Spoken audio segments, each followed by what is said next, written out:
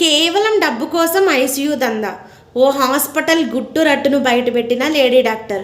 ఈ మధ్య private hospitals ఎలా తయారయ్యాయంటే కేవలం డబ్బు డబ్బు డబ్బు, మానవత్వం అనేది ఎక్కడా లేదు. ఈ ఫోటోలో కనిపిస్తున్న లేడీ డాక్టరు తొలి రోజు హాస్పిటల్లో జాయిన్ అయిందనమాట.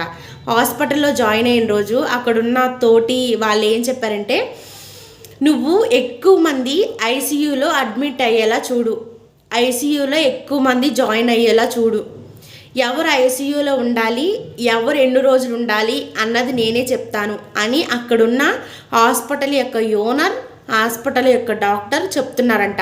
అంటే ఫర్ ఎగ్జాంపుల్, ఒక మనిషికి ఐసీయూ యొక్క అవసరం లేకపోయినా అతన్ని ఐసీయూలో జాయిన్ చేసేటట్లు చూడు అని ఈమెకి చెప్పారనమాట.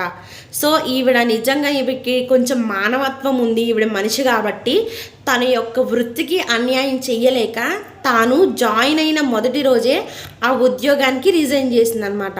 సో ఇలాంటి వాళ్ళు నూటికో కోటికో ఎక్కడ ఉంటారో కదా. సో ఎక్కడ చూసినా ప్రైవేట్ హాస్పిటల్స్లో ఇదే పరిస్థితి.